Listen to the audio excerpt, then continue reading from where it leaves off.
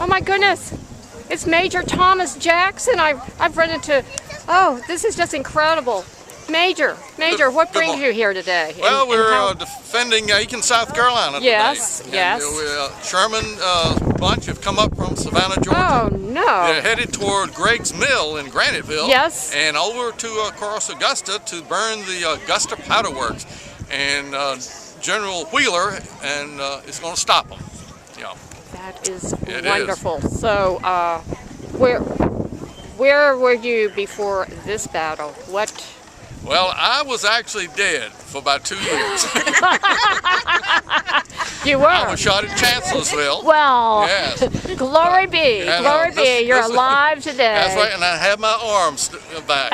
You do. This is so miraculous. I have my lemon, though. You have your lemon. Well, that's good. Okay, now, who? I am Colonel Joshua Lawrence Chamberlain, commander of the 20th Chamberlain. Maine. Well, weren't you in World War II?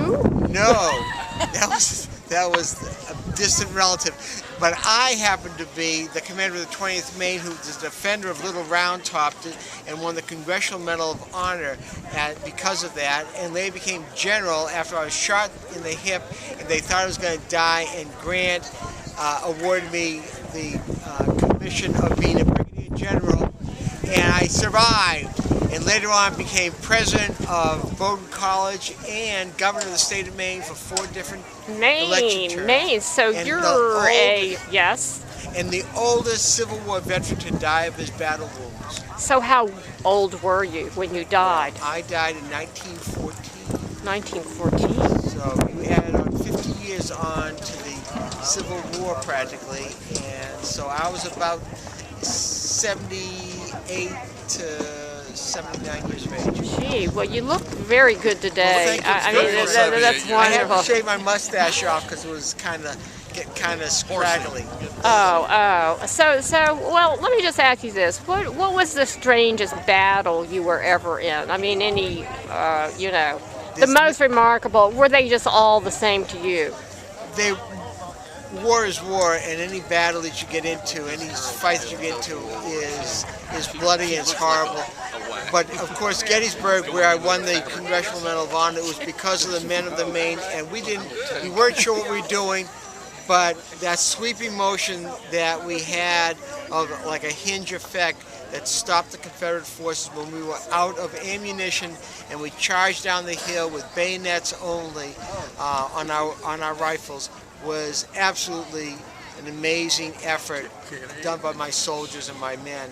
And I was very, very proud of them, and they're the ones that really won the victory there and stopped the forces, the enemy, from securing the hill and sweeping the ridge.